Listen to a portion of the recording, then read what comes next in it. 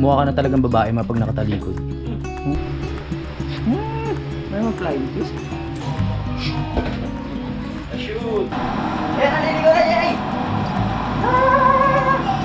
Nakakainayang naman na mahal-mahal na itong power bank na ito eh. Simulan nang magkulitan kasama si Noy TV. Good morning. Ngayon ay ano na ba?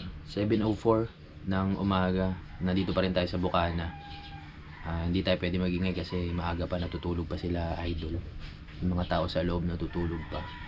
So ako pa lang ang gising. Yung mga bata pumasok na kaninang madaling araw. Inom tayo ng mainit na tubig. Iniisip ko nasa challenge ako ngayon mga kapanalig, kasi nung nasa challenge ako, ganito lang yung ginagawa ko, kwento-kwento dito. Yan, tapos inom ng mainit na tubig na tinuro ni Idol para matunaw yung mga natin sa tiyan. Yung mga taba-taba. Pagkatapos namin maglaro ng bilyar kahapon doon sa Barangay Uno, dumiretso na kami dito. Tapos ayun, pahinga. Ngayon wala pang plano mga kapanalig, kasi yung mga plano ni Idol hindi pa final. Kasi alanganin din ako sumama mga kapanalig sa sa biyahe nila pa Ilocos, dahil naka-oo tayo kay Cap Solomon na meron tayong gagawin nga doon na isang tawag dito, mag-i-edit ako ng video mga kapanalig at kukuha din ako ng video. So kailangan ko umuwi ng Nabotas para matulungan ko si Cap Solomon doon, no? Sabi naman ni Idol hindi naman kami aabot ng Lunes doon mga kapanalig sa Ilocos Norte, pero mamaya ipa-final natin kung ano ba talagang plano niya. Ang dami din naming mga lakad ngayong buwan na to mga kapanalig, dahil si Utol nag-aaya din sa San Juan. Meron kaming isang resort na ipopromote doon. Kaso nga lang hindi pa namin mapuntahan sa ngayon dahil may mga lakad niyang nangyayari. Nagiging busy pa yung bawat isa. Katulad niya nito, si Idol nag-aaya sa Ilocos Norte. Dapat Sabado namin pupuntahan yung resort. ang hirap ng mag-schedule. Pero yun, bahala na. Papuntahan din naman natin yun. Basta antayin nyo yun sa vlog namin mga kapanalig, no, ng Team Kapanalig. Yung pagpunta namin doon sa resort. Sakto yun, promote natin kasi magsa-summer na, para sa lahat ng mga gustong pumunta doon. Ayun, meron kayong mapupuntahan. Kahit ako, syempre hindi ko pa napupuntahan yun, hindi ko pa alam kung ano itsura niya. Kaya kailangan talagang natin, maisama tayo nila Utol doon sa San Juan. Hindi rin ako agad makabalik sa Camp Panalig dahil nga palaging ako na lang yung natitira doon mga kapanalig, no. Si Kayumot nandun sa kanyang pamangkin, nag-aalaga sa Tondo. Tapos si Utol naman at si Kanoy nagtatrabaho naman doon sa may pinuntahan nga natin, nagtatayo sila ng bakod. So, pag umuwi ako doon, lagi ako mag-isa, wala tayong makakausap. Kausap na naman natin yung mga kuliglig doon at mga aso at pusa. Kaya so dito muna tayo hanggat wala pa naman gagawin doon.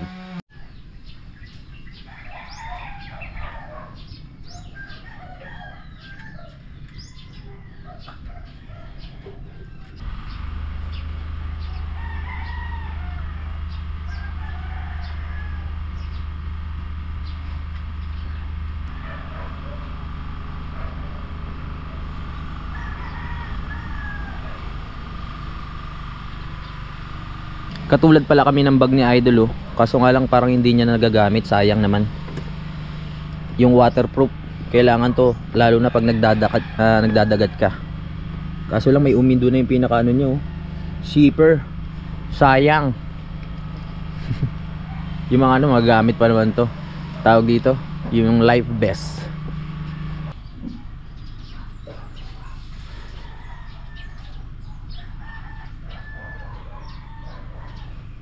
Dahil maaga pa at wala naman tayong magawa, tutulungan ko na lang si Mama Rhea magwalis-walis dito sa labas, no. Yan yung mga katulad niyan. Walisin natin. Mga galing doon sa taas ng puno. Namumulaklak na naman tong bayabas. Kaso wala pang ganong hinog. Maliliit pa mga bubot. Hindi pa pwedeng pitasin, matitigas pa yung mga yan.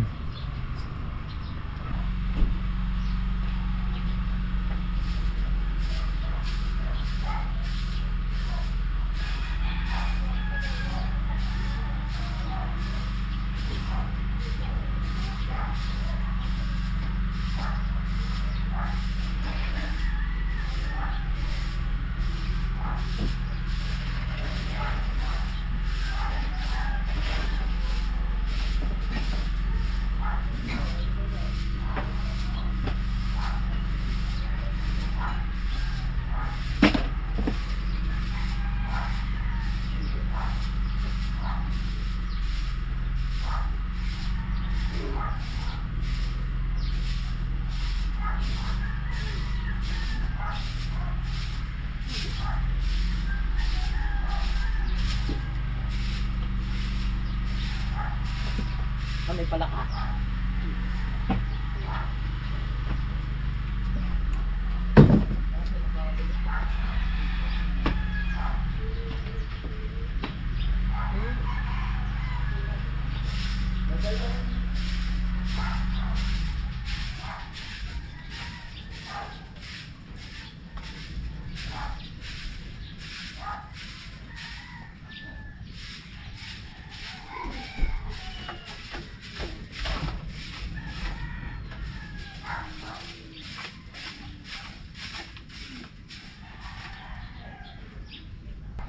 Tatapang ko lang tong winalis ko doon sa ano, may basurahan para mabawasan ang kalat.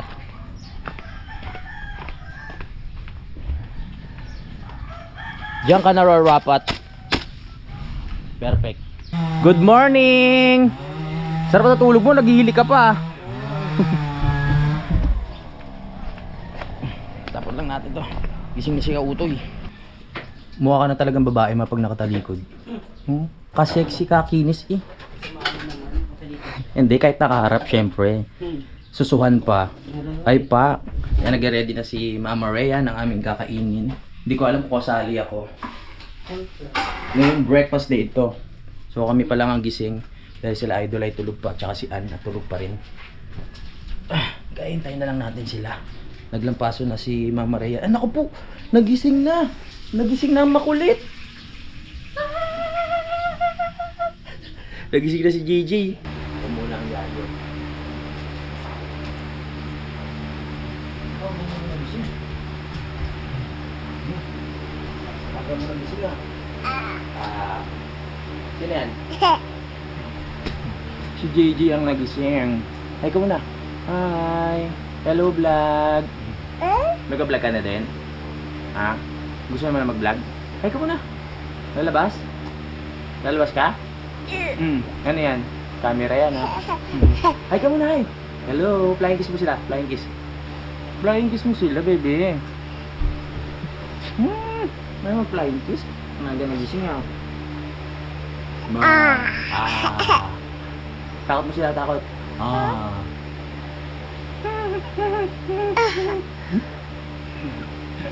Yan na, nagsisimula na. Sige, manggulo. Nagsisimula na magkalat ang bata. Naku po. O ganyan talaga pag bata, hindi mo maiwasan yan eh. Hindi. Naku po. Sige, ligpitin mo yung dapat. Marunong ka magkalat, dapat magligpit din ha. O tawag ka. 911. Tawag ka bilis.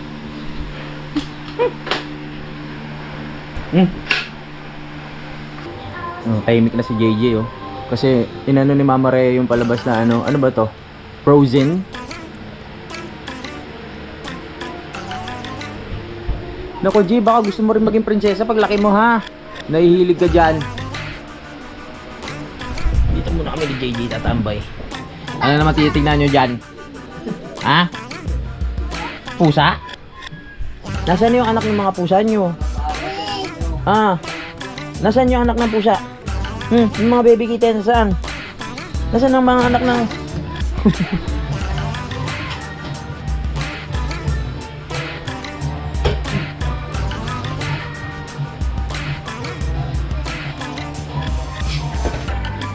Shoot!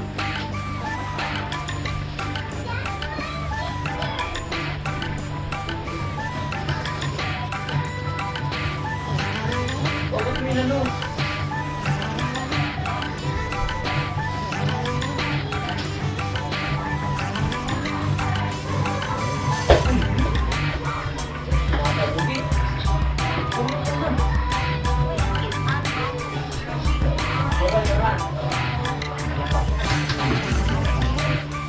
sinyalis. Ito na yung pagkain natin. Malapit na tayo kumain. Kasi yun ay peso ma.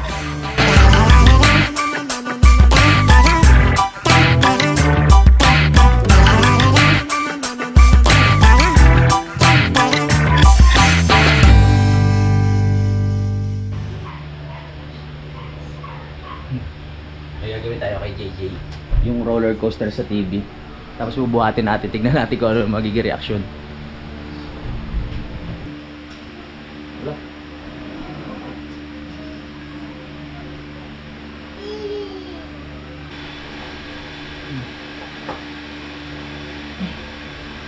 Mag-roller coaster tayo ha.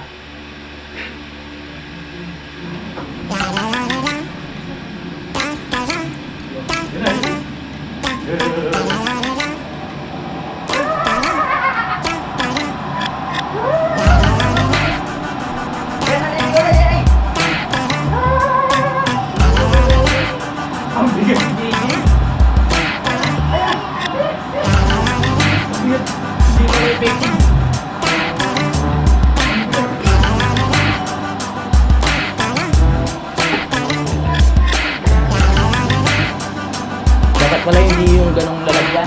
Hindi effective kay JJ. May goodness. Hindi umepekto kay JJ yung ginawa natin, kaya pinanood ko na lang siya ng Cocomelon. JJ! Time check, 8:33 na ng umaga. So pinapakain na ni Mama Rhea si si JJ. Kaya dito muna ako sa labas. Kanina kasi nagluluto si Mama Rhea. Hindi niya maalagaan si JJ, kaya tinulungan ko muna. At ngayon, tamang relax muna tayo. Ang bigat din ni JJ ha. Alright. So ngayon na lang ulit tayo nakapasok dito mga kapanalig sa dati kong bahay. Dahil dito na nga natutulog sila Chari, sila Kabangyaw at sino pa ba? Si BBL. So lagi na ako nag-i-stay dun sa kabilang bahay para hindi na sila na-istorbo dito. Umakyat lang ako para humiga-higa lang din. Ayan. Ganito na pala yung setup, nandito na yung TV. Ayan, dito natutulog si Chari araw-araw eh. Yeah! Baba na tayo. Let's go, let's go. Pagkatapos maglaro ng bata. Syempre di pa naman marunong magligpit. Kaya syempre tayo muna. Para pagdating ni JJ ulit, meron siyang guguluhin na naman. Ganun lang naman eh. Up. Yan, dito yung nakalagay eh. Oh, meron na palang stop to yun ng Cocomelon. Siyempre, kailangan natin parang nasa challenge lang tayo. Oh. Dito. Etong tatawag tayo sa 911. Emergency.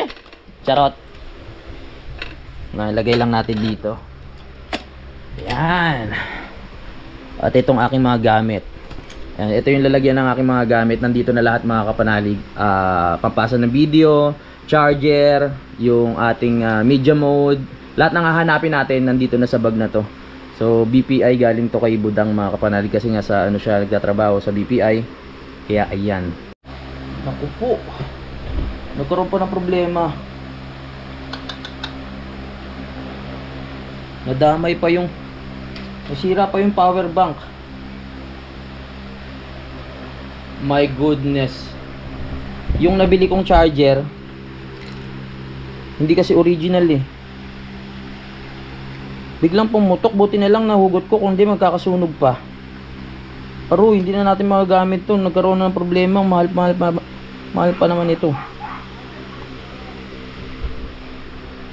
Nasunog. Buti na lang nakita ko. Wala na. Nawala na tayo ng charger.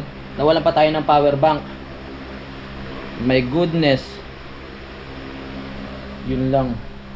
Nakakainayang naman na mahal-mahal na itong power bank na ito eh. Sira? Oo. Parang biglang pumutok. Hindi na siya nagcha-charge. Ngayon lang? Tapos maya-maya ang init na ito. Ang lambot na ng goma niya oh. Buti na lang nahugot ko. Ano problema? Mainit din. Yung init din, no? Naman yung may bilog. Wala, sira na yan. Hindi na rin ano eh. Hindi na rin maano. Hindi, subukan mo na cellphone. O dapat may ilaw pa yan dito. Ay, wala. Wala na. O-order na naman ako ng panibago. 2.5 pa naman. Ay, nako. Ang mahal-mahal na ito. Bumili ako ng charger na ito sa Victory Mall. Yung pagpunta ko doon sa... Bago tayo pumunta kay TJ. Ang problema... Parang... 850 pa naman bili ko dito. Sabi sa akin ng tindera, okay daw to. Ang benta niya dati 1.5, ngayon 850 na lang. Kaya pala sobrang baba ng pagkakabenta sa akin. Nako po. Buti may natitira pa tayong isang charger. Tsaka wire. Nasira, wala, tapon to. Kaya gusto ko bumili sa ano eh. Kung bibili kayo yung mga original na talaga, kasi pag mga ganito yung nangyayari. Sayang yung 850 ko. Pero mga mahalaga, safe naman tayo, hindi nagkaroon ng sunog. Kung hindi ko siya napansin, malamang umapoy pa. Pagka baklas ko, biglang pumutok eh. Ay wow, may rasyon ng ano, pansit-pansitan. Saan kaya galing to? Napakalaking bagay talaga ng pansit-pansitan sa amin yun. Tiyan nyo. Dapat mapakuluan na to kasi mawala na yung pinakakatas niya. Pansit-pansitan para sa gout. Wow. May papakulo tayo para makainom tayo. Pangontra yan, pangontra. Pangontra sa gout. Hindi ko na alam kung meron pang ibang gamot itong ano, pansit-pansitan. Basta pagkakalam ko, effective siya sa gout. Baka hindi pa na ano na tawag dito. Hindi pa natutuklasan, baka meron pang iba, no? Ayun, ang galing niya, no? May itsura niya, oh. Parang may mga tuldok-tuldok. Ayan. Parang may mga butil-butil siya na ano sa pinaka tangkay niya. Kaya kung hahanap kayo, madali lang naman siya hanapin. Mga nasa gilid lang ng ano yan, yung mga paso, ganyan. Kung saan lang makikita yan, akala nyo walang silbi, pero maganda yan sa gout. Ang tanga-tanga ko, nung kasal ni Lovely, meron photo booth doon. Hindi man lang ako nakapagpa-picture. Sila meron, oh. O si Idol meron. O sila Chari. Wala man lang ako remembrance. O parang halos lahat ng pinupuntahan nila meron silang photo booth eh. O, complete family. So, ayang wala man lang akong remembrance. Baka pwedeng ulitin yung kasal para sa photo booth lang. Kasi sayang naman hindi ako nakakuha ng picture eh.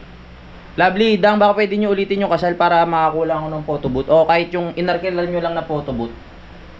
Baka pwede kong puntahan para ano naman.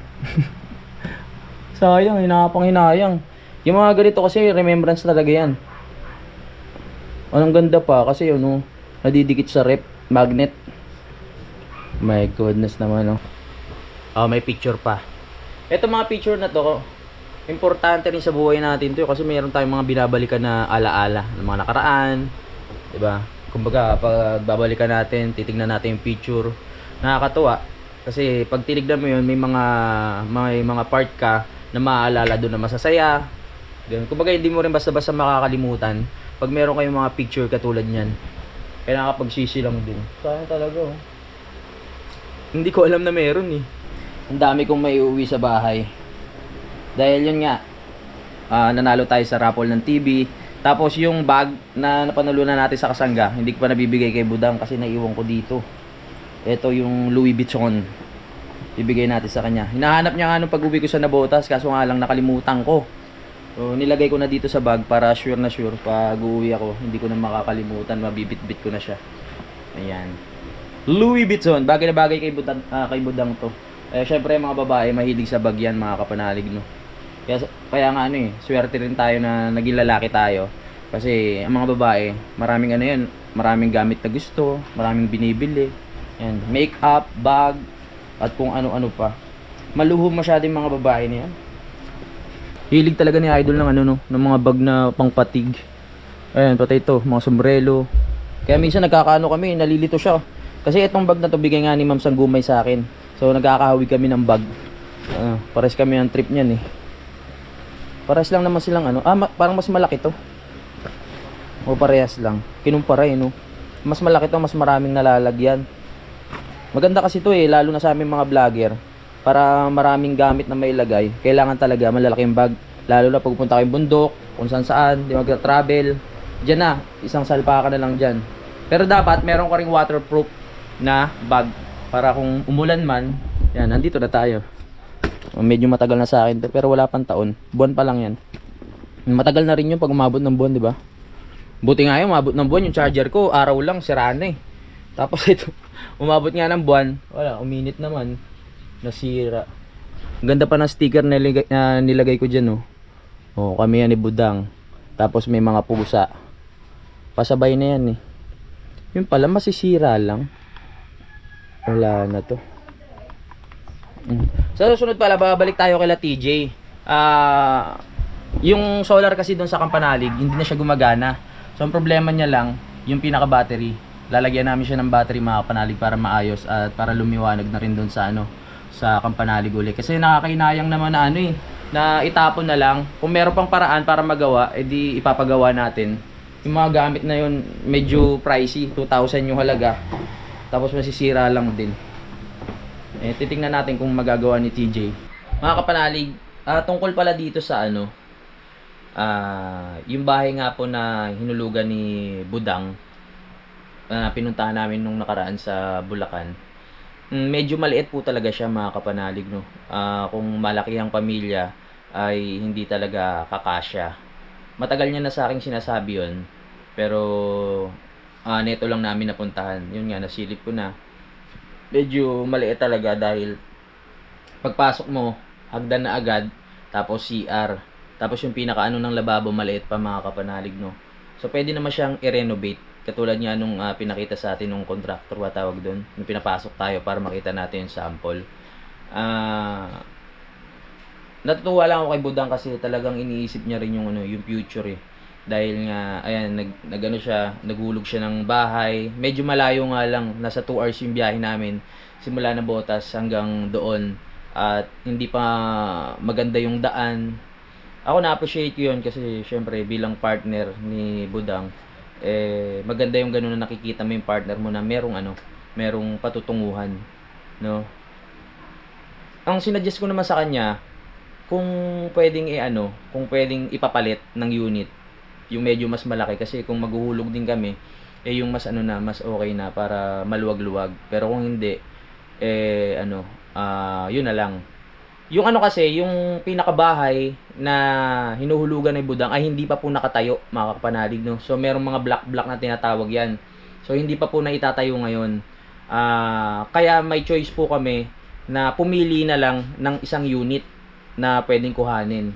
Ang ganun ang gagawin namin. Ang gusto ko sana yung medyo sulok para po hindi masyadong masikip, kasi pag nasa gitna tapos maraming kapitbahay tapos may mga masasakyan pa, parang ang sikip tingnan, parang sukol na sukol mga Kapanalig, no. Nakakatuwa lang. Pwede naman kasi namin siya paupahan. Papaayos namin sa halagang 300,000, kumpleto na raw 'yun. Magkakaroon ng division, magkakaroon na ng kumbaga luluwag na yung pinakalababo, o magiging maganda na yung may tiles na, may kisame na. Nasa 300,000 po yun. Tapos meron na ring gate. Kagandahan lang, meron nga pong parking para sa sasakyan. Tapos meron pa kaming kumbaga space para sa lagayan ng mga kulungan ng alaga naming aso. Sa Nabotas po kasi, yung mga alaga naming aso ay nandoon sa loob ng bahay, so kasama namin. Wala namang pong problema yon. Ang lang, minsan pag may mga bisita, hindi makapasok dahil nga nandoon sa loob ng bahay. Hindi katulad pag nasa garahe, nandoon lang sila nakakulong. Pag may bisita, di ba, ikukulong lang sila. Yung mga yung mga tao na pupunta hindi hindi matatakot. Doon kasi sa namin. Simula nung nagkaroon po kasi kami ng alaga na aso, hindi na ako nagkakaroon ng bisita halos. Siyempre, mahirap na, baka mamaya makagat, matatapang pa naman yung mga yun. So yun nga, balik tayo.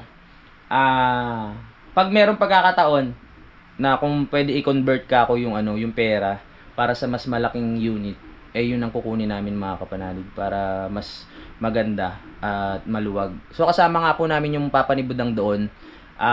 Pasensya na kayo sa Biyanan pala at Manugang, nalito ako eh. So Biyanan pala, no? Tama ba? Ako yung Manugang ni Papa. Yung kasama namin si Papa doon, Balak niya kasi magtayo ng shop. Ang papa kasi ni Budang ay retired na po na nagtatrabaho. So meron na rin siyang pension at magaling po siya sa kalikot ng mga gumawa ng washing machine, gumawa ng electric pan, kung ano-ano. Yung napunta nga siya sa apartment, sa bahay, halos lahat siya nag-ayos doon. Yung problema sa pinto, yung problema sa ilaw, diba? Siya yung nagtapal-tapal doon, yung problema sa gate. Kumbaga napakalaking bagay din na nakasama namin si Papa doon sa Nabotas. Alam nyo dati, umabot ata ng 1 taon na si Budang ay mag-isa lang doon sa bahay.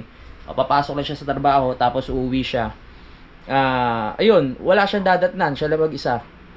Kaya delikado rin yung part na yun, mga panahon na yun na wala siyang kasama kasi mag-isa lang siyang babae doon, di ba? So nag-aano lang siya mga kaibigan niya na pag gusto mag-sleep over, yung mag-overnight, pinapatulog niya doon.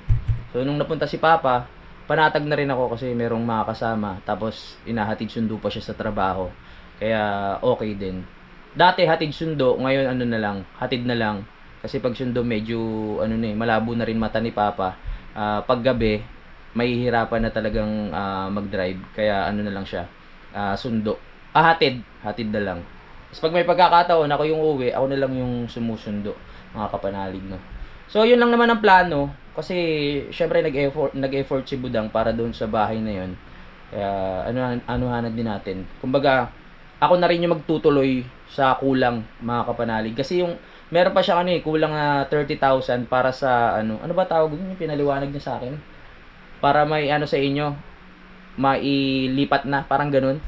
Para basta pa ganun, alam ko na nagigets yun para makaano na kayo sa isang unit, no? Tapos pwede niyo na siya ipagawa. Sabihin natin napagawa namin siya tapos napaupahan namin, mga kapanalig. Sabihin natin 4,000 pwede na yun, no, di ba? 4,000 yung isang bahay. Kung mapaganda mo pa naman, kung malagyan mo ng tiles, tapos mapaganda mo yung taas. Balak namin gawing 2 bedrooms kasi syempre yung Papa ni Budang para meron ding meron din siyang tulugan na maayos. Sa baba kasi sa Nabotas, mga kapanalig, sa baba lang natutulog si Papa. Doon lang sa sofa. Komportable naman siya doon. Basta may TV, okay na. Mahilig kasi siyang manood ng TV, mga kapanalig. Ano pa ba? Yun lang naman. Hintayin nyo na lang po yung update ko sa bahay. Matagal-tagal pa naman yun. Hindi pa naman kasi talaga buo yung di ba may binabanggit pang block 1, block 2, block 3. Yung mga nakatayo doon, ayun yung mga nauna. Yung kay Budang, yung sa amin, hindi pa. Kailangan hanggang maaga kasi iniisip na natin yung para sa, yun nga, sabi ko paulit-ulit, para sa future. Kahit na nakakalungkot na malalayo ako sa lugar namin sa Nabotas, ganun talaga. Kailangan nating magsakripisyo. Lahat ng bagay, may mga times na kailangan nating iwanan yung isang lugar para syempre sa ikabubuti din. Hindi naman palaging mga kaibigan natin, lagi natin makakasama Kung meron mga get together na pwedeng puntahan, ayun, gano'n na lang, tsaka na lang ako pupunta. Ang problema nga lang, pag uwi ako ng Nabotas, kung magkaroon man ng mga handaan o inuman, wala akong tutulugan. Yun ang magiging problema. Makikitulog pa tuloy ako sa mga sa mga kaibigan ko, o di ba, sa mga kamag-anakan ko. Nasa isip ko na rin naman yun, mga kapanalig. Kumbaga, nire-ready ko na rin. Maraming maraming malapit. Pero nung time na nag-usap kasi kami ni Budang, hindi ko kayang hulugan Meron kasi 14,000 a month. Syempre, marami pa akong pinagkakagastusan. Meron pa tayong pinapagawang bahay, di ba? May mga bills pa tayo. May anak pa akong sinisustentuhan. Tapos may kailangan pa natin ng magbigay ng yun nga, sustento sa mga anak. Tapos ano pa ba? Yan yung kailangan natin sa content natin na gumastos. Kaya marami talaga akong inuuna at may mga loan pa ako sa bangko. Kaya hindi rin ako basta-basta kumukuha ng yung mga hulugan-hulugan. Katulad ng motor ko, ang dami ko na pagkakataon na pwede na akong kumuha ng motor na hulugan. So yung ginagawa nila Idol Japper Sniper. Pero ayoko na magkapatong-patong kasi ang sakit sa ulo. Yung kinikita ko sa YouTube, kung walang challenge, sakto lang din, mga kapanalig, no. Para sa mga sa mga hindi nagba-vlog, malaki na 'yon. Pero dahil nga lumaki na yung ano natin, yung mga gastusin natin, nagiging sakto na lang din yung sinasahod namin sa YouTube mga kapanalig, lalo na ako. Hindi na katulad dati na sobrang lakas. Kaya, ayan, salamat sa inyo dahil nanonood pa rin talaga kayo. Walang sawang pasasalamat, no? Ayun, ano pa ba? Meron pang hinuhulugan niya si Budang na ano eh. Kumbaga, hindi ko na pinatuloy na isang kondo. So-surprise niya ako kasi lang hindi na namin kinaya. Sabi ko, unahin muna namin yung mga basic na pangangailangan. Yung mga importante lang. Ayun, natutuwa lang ako. Kaya maraming salamat din kay Budang.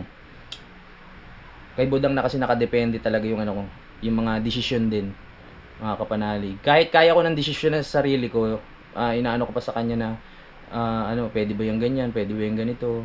Pag hindi ko kaya, yung mga ano lang, yung mga simpleng bagay lang na kunyari, pupunta kayo sa isang lugar na may kailangang mga pirmahan. Siya na pumipirma, ganyan, siya na nagsusulat tapos siya na ang magsusulat, ako na lang yung pipirma. Kumbaga, medyo nakadepende na ako talaga sa kanya. Kunyari wala akong alam sa kalikot sa ganito, magaling siya sa ganun.